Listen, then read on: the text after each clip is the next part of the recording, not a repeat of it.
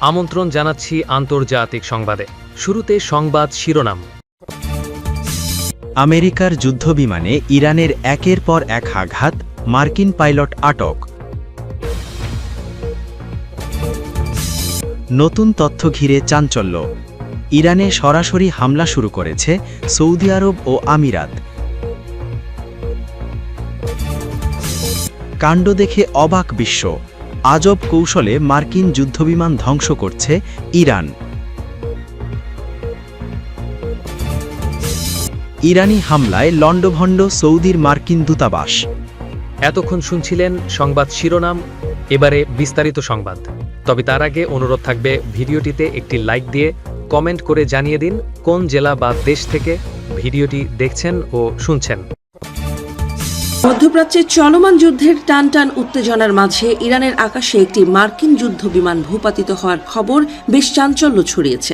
মার্কিন যুদ্ধবিমানের পাইলটকে ইরানি বাহিনী নিজেদের হেফাজতে নিয়েছে বলেও খবর ছড়িয়ে পড়েছে। যদিও মার্কিন কর্তৃপক্ষের পক্ষ থেকে এখনও কোনো আনুষ্ঠানিক বিবৃতি পাওয়া যায়নি, তবে ঘটনা ইরান ও যুক্তরাষ্ট্রের মধ্যকার চলমান যুদ্ধ পরিস্থিতিকে আরও জটিল করে তুলেছে। ইরানের তাসনিম নিউজ এজেন্সি সহ বেশ কিছু গণমাধ্যম বলছে, দেশটির দক্ষিণাঞ্চলে আমেরিকার একটি F-15E যুদ্ধবিমান ভূপাতিত করেছে ইরানের শক্তিশালী বিশেষ বাহিনী ইসলামী বিপ্লবী গার্ড IRGC। দাবি করা হচ্ছে, যুদ্ধবিমানটি বিধ্বস্ত হওয়ার আগেই পাইলট প্যারাসুটের সাহায্যে নিরাপদে বেরিয়ে আসতে সক্ষম হয়েছেন।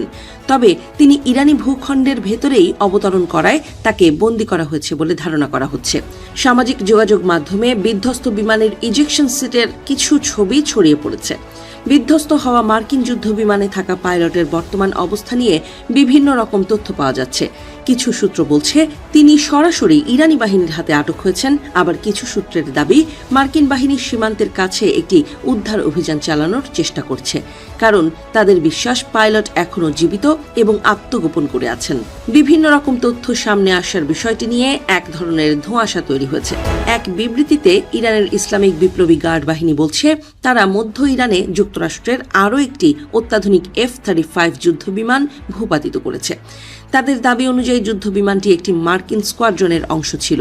এটি সম্পূর্ণ ধ্বংস হয়ে গেছে, তবে এই দাবির সপক্ষেও এখনও কোনো প্রমাণ দিতে পারেনি IRGC। এই ঘটনাটি এমন এক সময়ে ঘটল যখন ইরানের ওপর ক্রমাগত বিমান হামলা চালাচ্ছে যুক্তরাষ্ট্র ও ইসরায়েল। যদি একজন মার্কিন পাইলট বন্দী হওয়ার খবর সত্যি প্রমাণিত হয়, তাহলে তা যুদ্ধের গতি প্রকৃতি আমূল বদলে দিতে পারে। বিষয়টি ইরান ও যুক্তরাষ্ট্রের মধ্যে বড় ধরনের কূটনৈতিক পদক্ষেপের পথ প্রশস্ত করতে পারে। বিশ্ব এখন অধীর আগ্রহে পরিস্থিতির উপর নজর রাখছে। এদিকে মধ্যপ্রাচ্যে চলমান যুদ্ধের মধ্যেই কোনো ধরনের পূর্ব ঘোষণা ছাড়াই আকস্মিক সফরে সৌদি আরবে পৌঁছেছেন ইতালির প্রধানমন্ত্রী জর্জিয়া মেলোনি।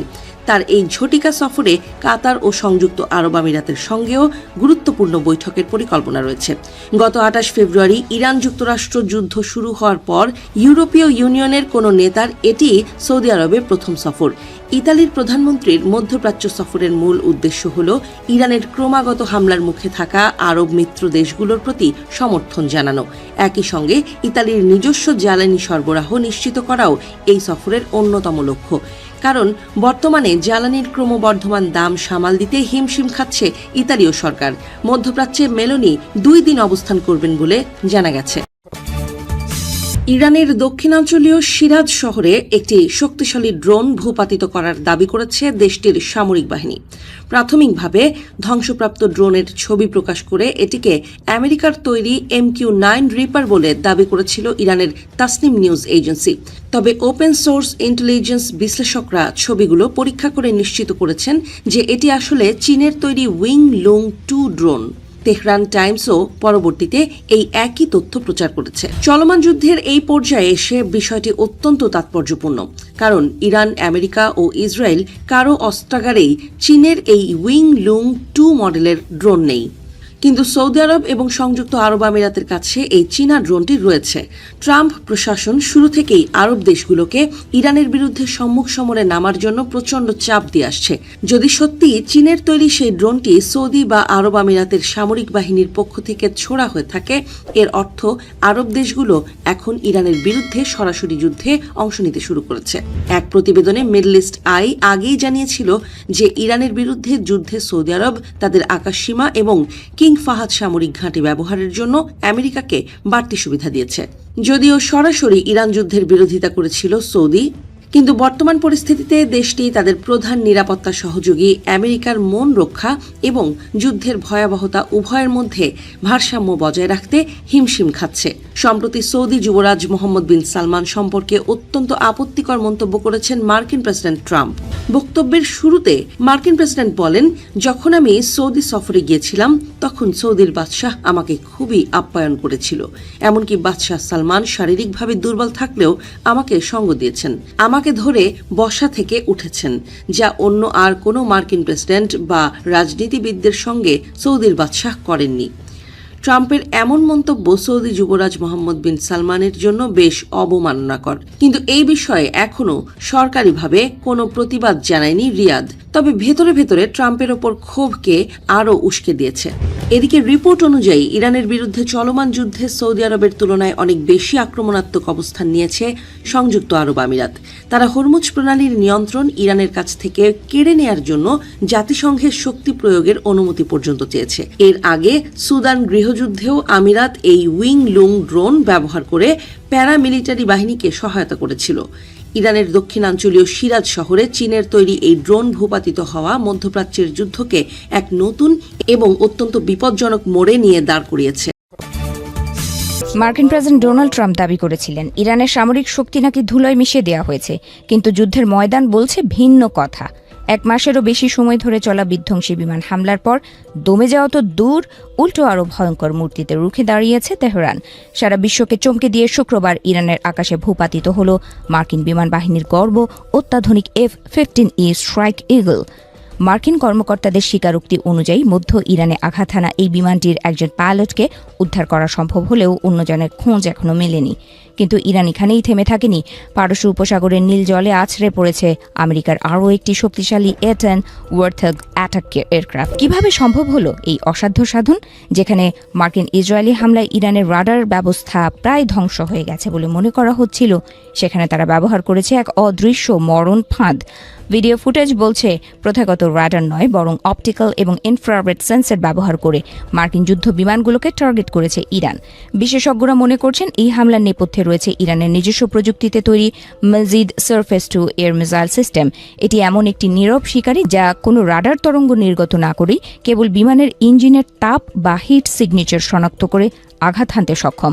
ফলে মার্কিন পাইলটরা টেরই পাননি কখন যমদূত তাদের ধেয়ে আসছে। এই ঘটনা 20 বছরের ইতিহাসে মার্কিন বিমান বাহিনীর জন্য এক চরম লজ্জার এবং বিরল পরাজয়। আধুনিক যুদ্ধ বিমানগুলো রাডার ফাঁকি দেওয়ার ক্ষমতা রাখলেও ইরানের এই প্যাসিভ ট্র্যাকিং সিস্টেমের সামনে তাদের সব প্রযুক্তি যেন মুখ থুবড়ে পড়েছে। বিশেষ করে নিচু উচ্চতায় ওড়ানো বিমানগুলোর জন্য ইরান এখন এক মরণ কূপে পরিণত হয়েছে। নিখোঁজ মার্কিন পাইলটকে নিয়ে এখন চলছে চরম নাটকীয়তা। একদিকে মার্কিন বাহিনী চিরুনি তল্লাশি চালাচ্ছে, অন্যদিকে ইরানপন্থী বিভিন্ন চ্যানেল থেকে ঘোষণা করা হয়েছে বিশেষ পুরস্কার, শত্রু পাইলটকে জীবিত ধরতে পারলেই মিলবে বড় এনাম। এই ঘোষণা যুদ্ধক্ষেত্রে উত্তেজনার পারদ আরও বাড়িয়ে দিয়েছে। মার্চ মাস থেকেই কিন্তু ইরান ছোট ছোট ঝাপটা দিচ্ছিল একের পর এক ইসরায়েলি হারমিস 900 এবং মার্কিন MQ-9 রিপার ড্রোন ভূপাতিত করার মধ্য দিয়ে। তারা বারবার হুঁশিয়ারি দিচ্ছিল, কিন্তু শুক্রবারের এই জোড়া বিমান পতন বুঝিয়ে দিল তেহরানের অস্ত্র ভাণ্ডার এখনও ফুরিয়ে যায়নি। এদিকে এই ঘটনা নিয়ে ওয়াশিংটনে শুরু হয়েছে তোলপাড়। ট্রাম্প যখন দাবি করছে শত্রু সম্পূর্ণ ধ্বংস, তখন পেন্টাগনের এই ক্ষয়ক্ষতি নতুন করে প্রশ্নের জন্ম দিচ্ছে। ব্রিটিশ প্রধানমন্ত্রী কিয়ার স্টারমারকেও বিদ্রূপ করতে ছাড়েননি ট্রাম্প। সব মিলিয়ে মিত্রশক্তিগুলোর ভেতরেও ফাটল এখন স্পষ্ট। রিয়াদের আকাশে ছিল নিথর স্তব্ধতা, তবে কিছু বুঝে ওঠার আগেই ঘটনা ঘটে যায়। ৩ মার্চের সেই গভীর রাতে হঠাৎ সেই স্তব্ধতা ভেঙে চুরমার হয়ে যায় এক প্রলয়ঙ্করী বিস্ফোরণে। সৌদি আরবের কূটনৈতিক জোনের কঠোর নিরাপত্তা বলয় ভেদ করে ধেয়ে আসে ইরানি ড্রোন। কেউ কিছু বুঝে ওঠার আগেই মার্কিন দূতাবাসের সুরক্ষিত দেয়ালে আছড়ে পড়ে প্রথম ড্রোনটি। মুহূর্তেই রাতের আকাশ লালে লাল হয়ে ওঠে আগুনের লেলিহান শিখায়। প্রথম আঘাতের রেশ কাটতে না কাটতেই আকাশে শোনা যায় আরও একটি ড্রোনের গোঙানি। নিখুঁত নিশানায় সেটিও আঘাত হানে ঠিক একই জায়গায়, যেন পেন্সিলের স্কেচ এঁকে কেউ ধ্বংসলীলা চালাচ্ছে।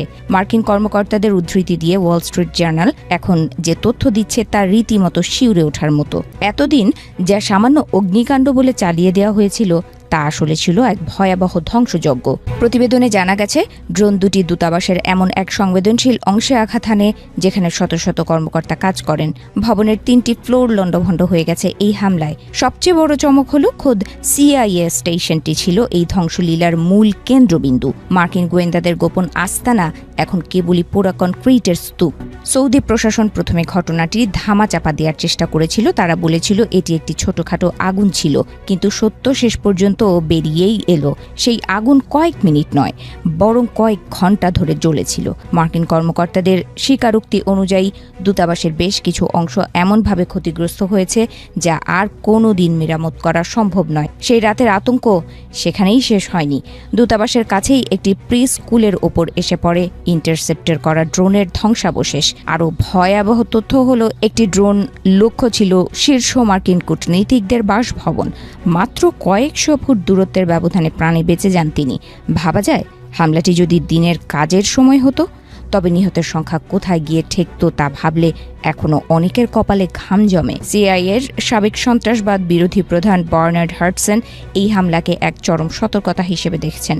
তার মতে শত শত মাইল দূর থেকে নিজেদের তৈরি অস্ত্র দিয়ে শত্রুর সবচেয়ে সুরক্ষিত দুর্গে আঘাত হানা মানে হলো ইরান এখন মধ্যপ্রাচ্যের যে কোনো লক্ষ্যবস্তু চূর্ণ করার ক্ষমতা রাখে। মার্কিন দূতাবাস যে আর নিরাপদ নয়, এই হামলা সেই চরম সত্যটি সামনে নিয়ে এলো।